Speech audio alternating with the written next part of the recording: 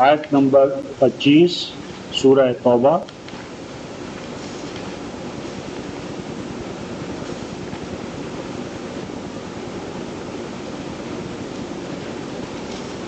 لقد ناصركم الله في مواطن كثيرة ويوم حنين إذ أعجبتكم كثرتكم فلم تغن عنكم شيئا وضاقت عليكم الأرض بما رحبت ثم وليتم مدبرين.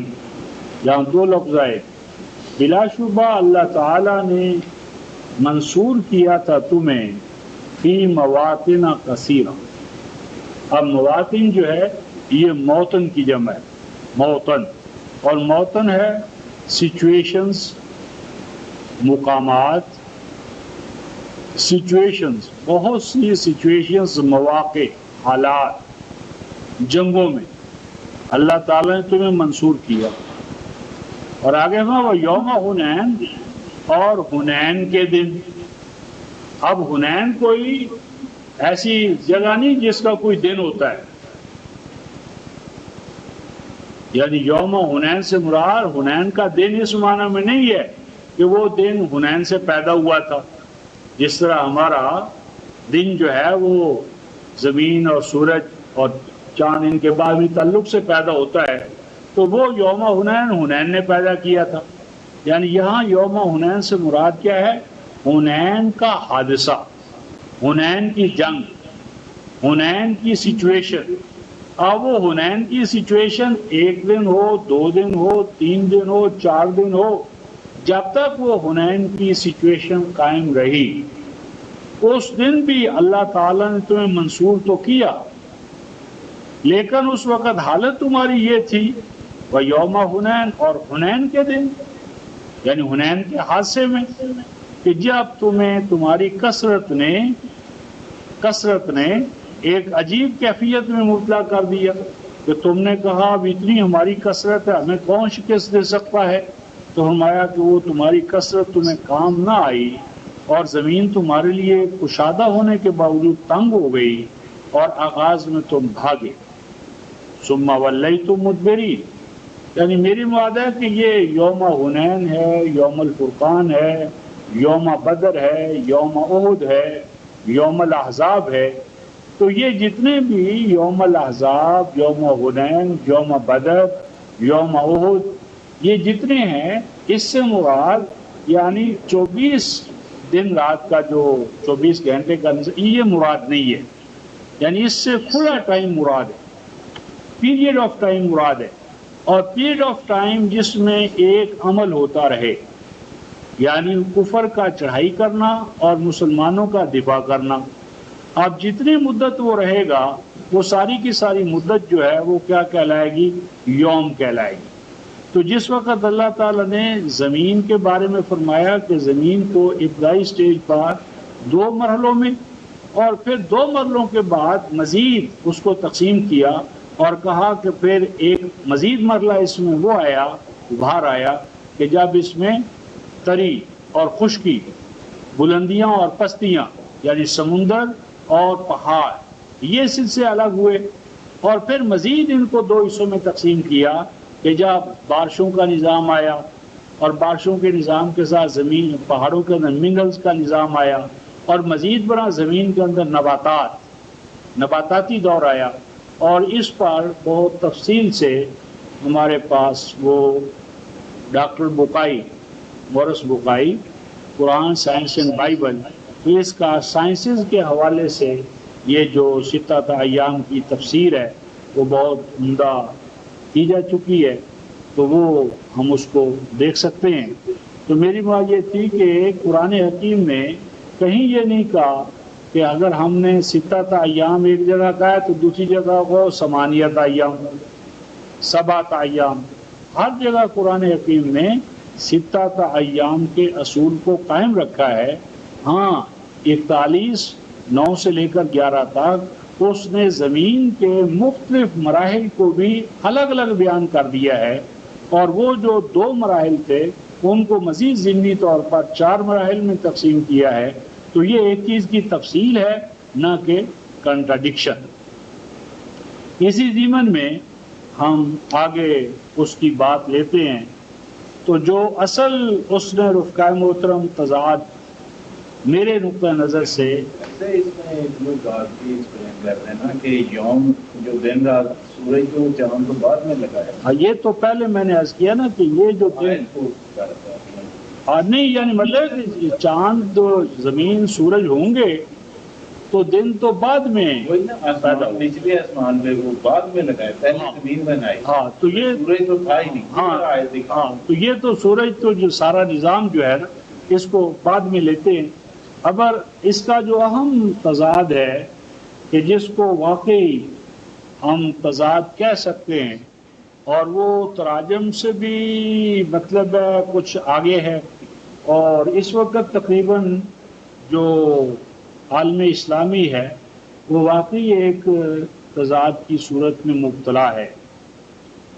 اس تضاد کا حل جو ہے وہ ہم نے دینا ہے اور اس تضاد کے لیے ضمن کر رہے ہیں تو اس کو اگلی نشست اسی کے حوالے سے ہوئی. یہ آل عمران آیت نمبر 11 اور 12. آیت نمبر 11 اور 12.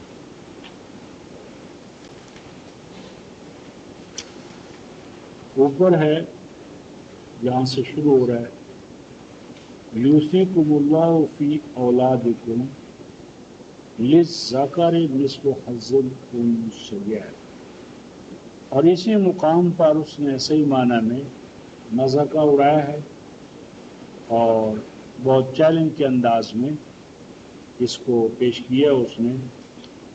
اور میرا ذاتی خیال یہ ہے کہ ہمارے جو علماء اسلام ہیں دیوبندی بریلوی اہل حدیث قدیم جدید وہ اس پوزیشن میں ہیں ہی نہیں کہ اس کا جواب دے سکیں.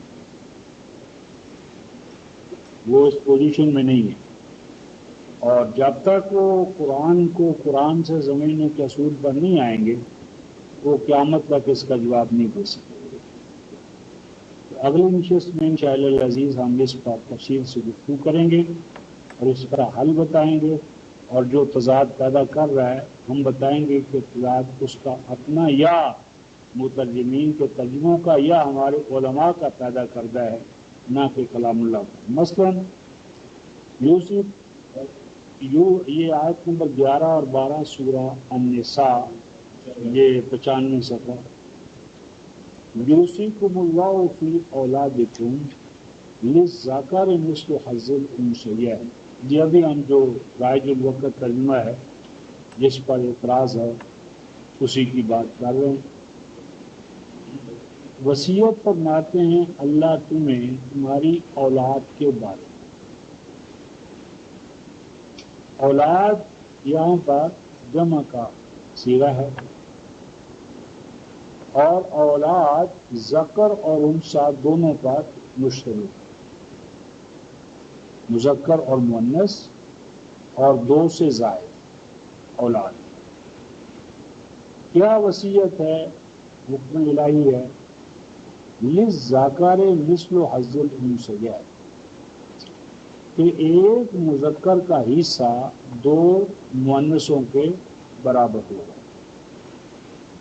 یعنی جو ذکر ہے اور انثیٰ مذکر اور مؤنث تو اس طرح ہوگا اولاد میں کہ 2 لڑکیاں مل کر ایک لڑکے کا حصہ پائیں گے. یہ ضابطہ ہے.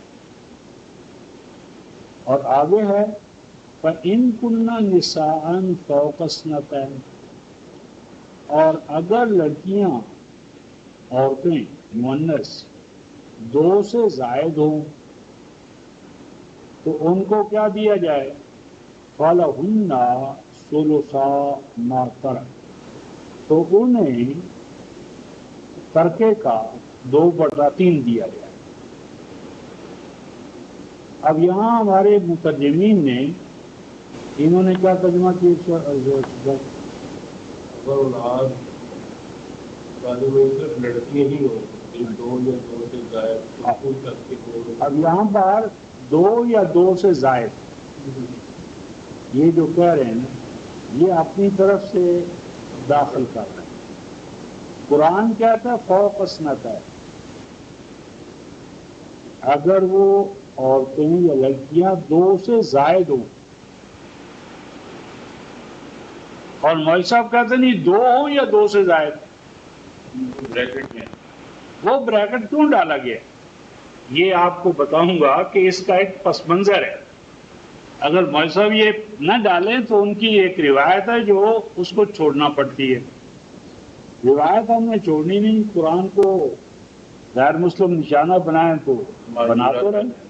ہمارا تھوڑا ہے قرآن جس کا ہے وہ جواب دے گا. تو یہاں قرآن نے فوق اسنتین کہا ہے 2 سے زائد. اس کا مطلب ہے کہ پہلے 2 کی بات ہو چکی ہے. یہ ہم اس کو زیر بحث لائیں گے کہ یہاں قرآن نے فوقہ کا لفظ کیوں بولا ہے. مولویوں نے فوقہ کو زائد بنا دیا 2 یا 2 سے زائد جبکہ قرآن 2 سے زائد کی بات کرتا ہے. لیکن اس کی تفصیل اگلے درس میں ہم رکھیں گے. تو اگر 2 سے زائد ہوں تو ان کو دے دیا جائے 2/3 اور آگے وَإِن كَانَتْ وَاحِدَةً اور اگر ایک ہو لڑکی عورت فَلَهَا النِّصْفُ تو اسے النصف دیا جائے. سوال پیدا ہوا کہ باقی نصف کہاں جائے. نصف تو اس کو دے دیا جائے نا ایک کو تو باقی نصف کہاں جائے.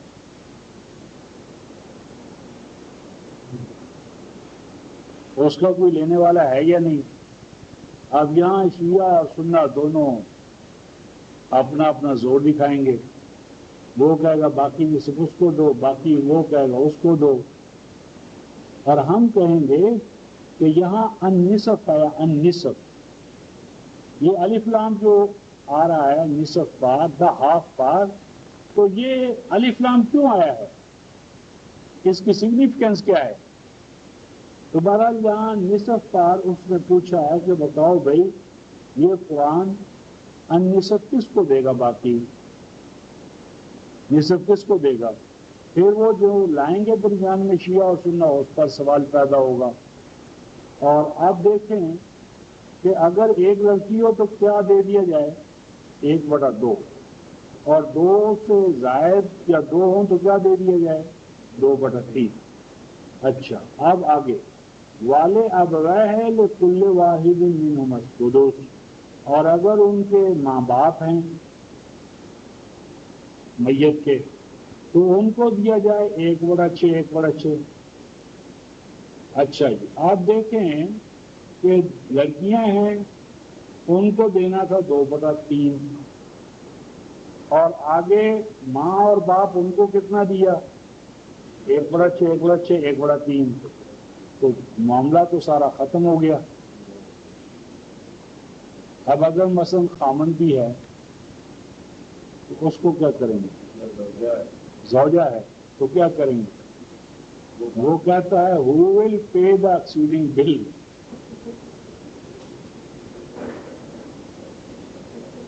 وہ کہتا ہے کہ who will pay the exceeding bill کہ بل بڑھ گیا ہے اور مال ختم ہو گیا ہے تو آپ پینل کی پینلٹی کس پر ڈالنی ہے. ہاں اور یہ یہاں ہاں پرانا ہے کافی نیو ماڈل. ہاں لیکن یہ ہم پہلے قرآن سے اصول لیں گے کہ قرآن نے اس مسئلے کو حل کرنے کے کیا ہمیں اصول دیے اور وہ اصول جب آپ کو بلیک بورڈ پر لکھ کر دے گا پھر اس کی ہم اپلیکیشن کریں گے اور کسی جگہ اگر تضاد آیا تو ہم ذمہ دار ہیں. اور یہ کوئی ایسا مسئلہ نہیں ہے. اس پر ہم نے بڑے مناظرے بھی بعض ایسے دوستوں سے کیے ہیں جو بڑے بڑے مدعی تھے اور جب رکھا تو فیل ہو گئے. تو یہ فیل اللہ کا کلام نہیں ہو رہا یہ ہمارے مترجمین ہو رہے ہیں. تو اگلی نشست جو ہے اس کا انشاءاللہ تعالی موضوع ہی یہ اصول وراثت اور اس کی اپلیکیشن. صرف 2 آیتیں ہیں یعنی قرآن میں وراثت کے بارے میں صرف 2 آیتیں 11 اور 12 اور دیکھیں گے کہ ورثے کی کوئی صورت نہیں جو اس میں شامل نہ ہو۔ یہ اللہ کا اعجاز کلام، یعنی وارثوں کی کوئی صورت نہیں جو اس سے باہر جائے، اور پورے قرآن میں آیتیں دو جن کو سمجھ نہیں آتا۔ ہاں، اور اللہ تعالیٰ نے بار بار کہا کہ اس میں یعنی میرے علیم و حکیم ہونے کا اظہار ہوگا، اور وہ ایسا علیم و حکیم ہو رہا ہے کہ نان مسلمز کہہ رہے ہیں who will pay the exceeding bill۔ ہاں، اور وہ پھر دیکھیں گے کہ کہیں تو 1/12 بڑھ جائے گا، کہیں گھٹ جائے گا، پھر اول اور رد آئے گا، اور پھر وہ آریہ سماج کہیں گے کہ یہ مسلمانوں کا جو قرآن نازل کرنے والا رب ہے نا، یہ تو چوتھی جماعت کا حساب بھی نہیں جانتا۔ یعنی سفارت پرکاش میں اور آریہ سماج میں آریہ مسافر وہ کہے گا دیکھو اے مسلمانوں کا خدا ہے، اتنی بھی ریاضی ایسے والے تو مسلمانوں ریاضی کی انہوں نے رب نہیں یہاں دی، نعوذ باللہ من ذالک۔ مسلمان تو ریاضی دان کتوں پیدا ہوں، مسلمانوں میں ریاضی دان کیسے پیدا ہو سکتے ہیں؟ انہوں نے رب نے ریاضی نہیں آ گئی، اگر رب نے ریاضی آ گئی نہیں کیا میراث ہے قانون دستا۔ تو یہ جو ریڈیکول ہمیں کر رہے ہیں اور یہ ہم ہو رہے ہیں اپنے ترجموں کی اساس پر، نہ کہ اللہ کے کلام کی۔ تو اللہ کے کلام کا اس مسئلے میں جو موقف ہے وہ موضوع ہوگا ہمارا انشاءاللہ اگلا، اور یہ پھر ارشد بھائی لائن تو جتنے کا بھی وہ ہوگا پھر تو لا کر پھر اکبر خان فٹ کر لیں گے یا کوئی لانا پڑے گا آدمی؟ ہاں وہ ہالو سے جتنے کا بھی آئے یہ تو زیادتیاں ہوتی رہتی ہیں ایسی، برسات اور دو چار مارکت ہم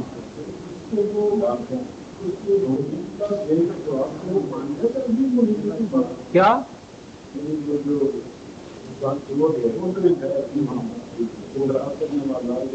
نہیں ہم تو اسے یہ بتائیں گے نا کہ یہ تم نے اعتراض کی ہے، اس کا قرآن یہ کہہ رہا ہے، اب بتاؤ اعتراض کیا ہے، کنٹرڈکشن۔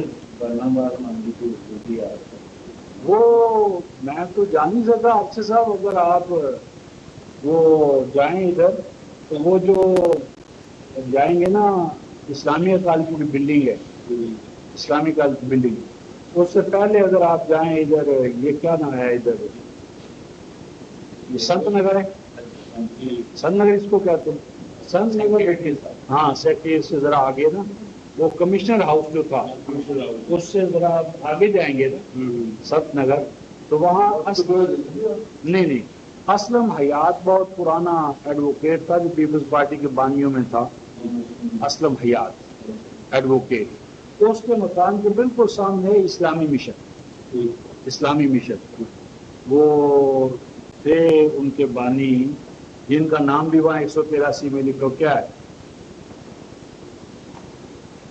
پروفیسر احسن، اسلامی مشن کا بورڈ لگا ہوگا، وہ کنسیشنل ریٹ پر انہوں نے خود ہی چھاپی ہے اور وہ کنسیشنل ریٹ پر وہ دیتے ہیں، ایک نسخہ حضرت کے لیے وہاں سے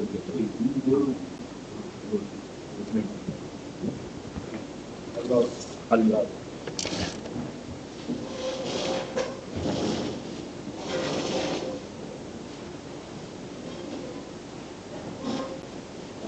السلام